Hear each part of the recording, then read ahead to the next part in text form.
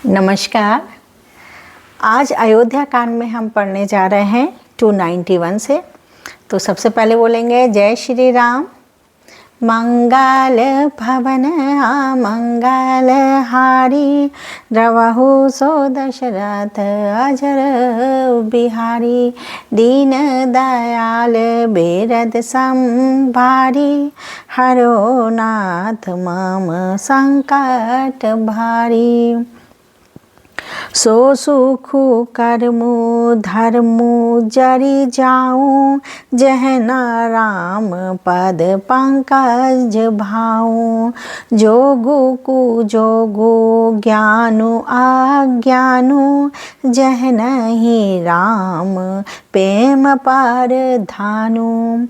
जहाँ श्री राम के चरण कमलों में प्रेम नहीं है, वह सुख कर्म और धर्म जल जाए।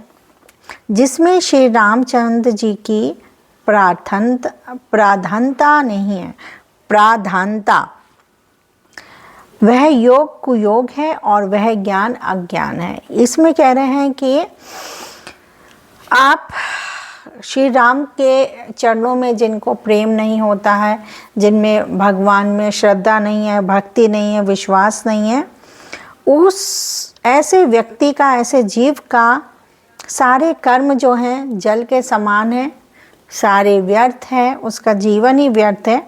और उसका जो योग है वो भी कुयोग है, कोई उसका मायने नहीं है, कोई इम्पोर्टेंस नहीं है। और उसका जो जितना भी ज्ञान वाला व्यक्ति हो सब वो अज्ञानी ही है, क्योंकि उसको राम में प्रेम ही नहीं है। तुम बिनु दुखी सुखी तुम तेहि, तुम जानहु जिए जो जहि कहि। राहुर आयासु सिर सबहि के, विदित कृपालहि गति सब नीके। तुम्हारे बिना ही सब दुखी हैं और जो सुखी है वह तुम्ही से सुखी है। जिस किसी के जी में जो कुछ है तुम सब जानते हो। भगवान तो सब कुछ जानते हैं, वो तो अंतर्यामी है। आपकी आज्ञा सभी के लिए सिर पर है।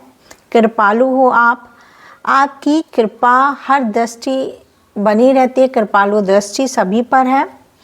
आप इतने कृपालु हो कि सभी की स्थिति अच्छी तरह मालूम है आपको। आप सर्वव्यापी हो, सर्वज्ञानी हो, सर्व अंतर्यामी हो।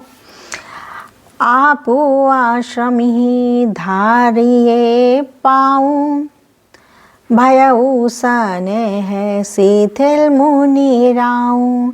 करि प्रणामु तब रामु सिधाए, ऋषि धरि धीर जनक पहि आए। अथा आप आश्रम को पधारिए। इतना कह मुनिराज इसने से शिथिल हो गए। तब श्री राम जी प्रणाम करके चले गए और ऋषि वशिष्ठ जी धीरज धरकर जनक जी के पास आए। राम बचन गोर निरपहि सुनाए, सील सनेह सुभाए सुहाए। महाराज अब कीजिए सोई, सब कर्म धर्म सहित हित होई। गुरु जी ने श्री रामचंद्र जी के शील और स्नेह से युक्त स्वभाव से ही सुंदर वचन राजा जनक जी को सुनाए और कहा, हे महाराज, अब वही कीजिए जिसमें सबका धर्म सहित हित हो, जिसमें सबका हित हो, ऐसा ही कुछ उपाय करिए। ज्ञान निदान सुजान सुचि, धर्म धीर नर पाल। तुम बिनु आसमन जस, समन को समरत अहि काल। हे राजन, तुम बिनु असमंजस, समन को समरत अहि काल। हे राजन, तुम ज्ञान के भंडार, सुजान, पवित्र और धर्म के धीर हो। इस समय तुम्हारे बिना इस दुविधा को दूर करने में कौन समर्थ है। ये वशिष्ठ जी जनक जी को बोल रहे हैं कि आप तो खुद ही इतने ज्ञानी हो, आप तो ज्ञान के भंडार हो, आप बहुत पवित्र हो और रण में भी आप बहुत पुरुषार्थ वाले रहे हो और आप धर्म में धीर हो, बहुत ही धैर्यवान हो। तो आप को कोई दुविधा, कोई असमंजस नहीं होना चाहिए और जो भी दुविधा हो आपको वो दूर कर देनी चाहिए। आप इस समय आप समर्थ हो, आप धीरशाली पुरुष हो। वो इस तरीके से वशिष्ठ जी कह रहे हैं जनक जी को। मंगल भवन अमंगल हारी, रवहु सो दशरथ अजर बिहारी। दीन दयाल बिरद साम भारी, हरो नाथ माम संकट भारी। सुनि मुनि बचन जनक अनुरागे, लखी गति ज्ञानु बिरागु बिरागे। शीतल सनेह गुणत मान माही, आए इहाँ कीन भल नाही। मुनि वशिष्ठ जी के वचन सुनकर जनक जी प्रेम में मग्न हो गए। उनकी दशा देखकर और ज्ञान और वैराग्य को भी वैराग्य हो गया, अर्थात उनके ज्ञान वैराग्य छूट से गए। वे प्रेम में शिथिल हो गए और मन में विचार करने लगे कि यह हम यहाँ आए हैं, यह अच्छा नहीं किया। राम ही राय करऊँ बन जाना, कीन आप प्रिय प्रेम प्रेम प्रवाना।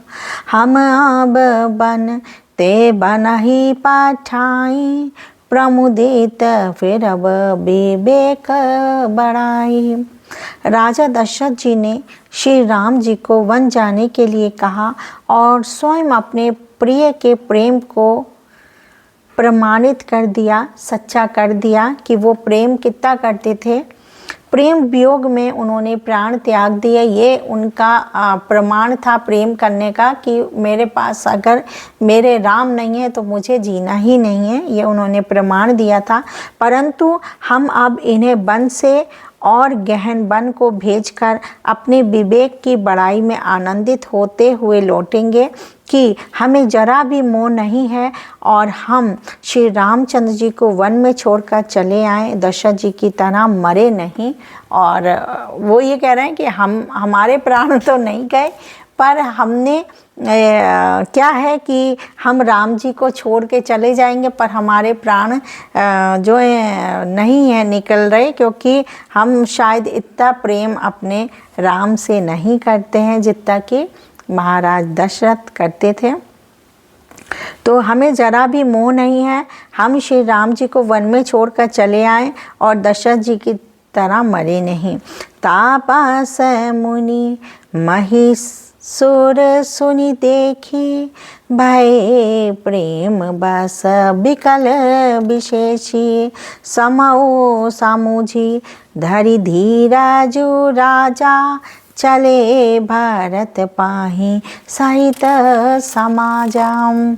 तपस्वी मुनि और ब्राह्मण यह सब सुन और देखकर प्रेमवश बहुत ही व्याकुल हो गए। समय का विचार करके राजा जनक जी धीरज धरकर समाज सहित भरत जी के पास चले।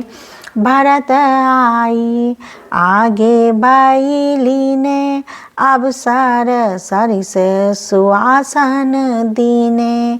तात भरत कह तेरे तर हुई राऊ, तेर होती राऊ तुम्हारी विदित रघुवीर सुभाऊ। भरत जी ने आकर उन्हें आगे होकर लिया, सामने आकर उनका स्वागत किया और समय अनुकूल अच्छे आसन दिए।